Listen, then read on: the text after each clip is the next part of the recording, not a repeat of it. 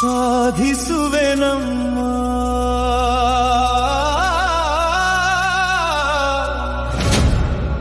ಎನ್ನ ತಾಯಿ ದುರ್ಗಾ ಪರಮೇಶ್ವರಿ,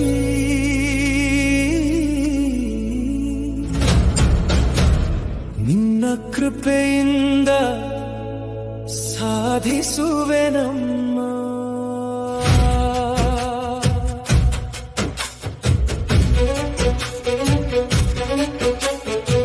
ಕಟೀಲು ಅಮ್ಮ ನೀ ಇದ್ದರೆ ನನ್ನ ಜೀವನವೇ ವಿಜಯಗಾಥೆ.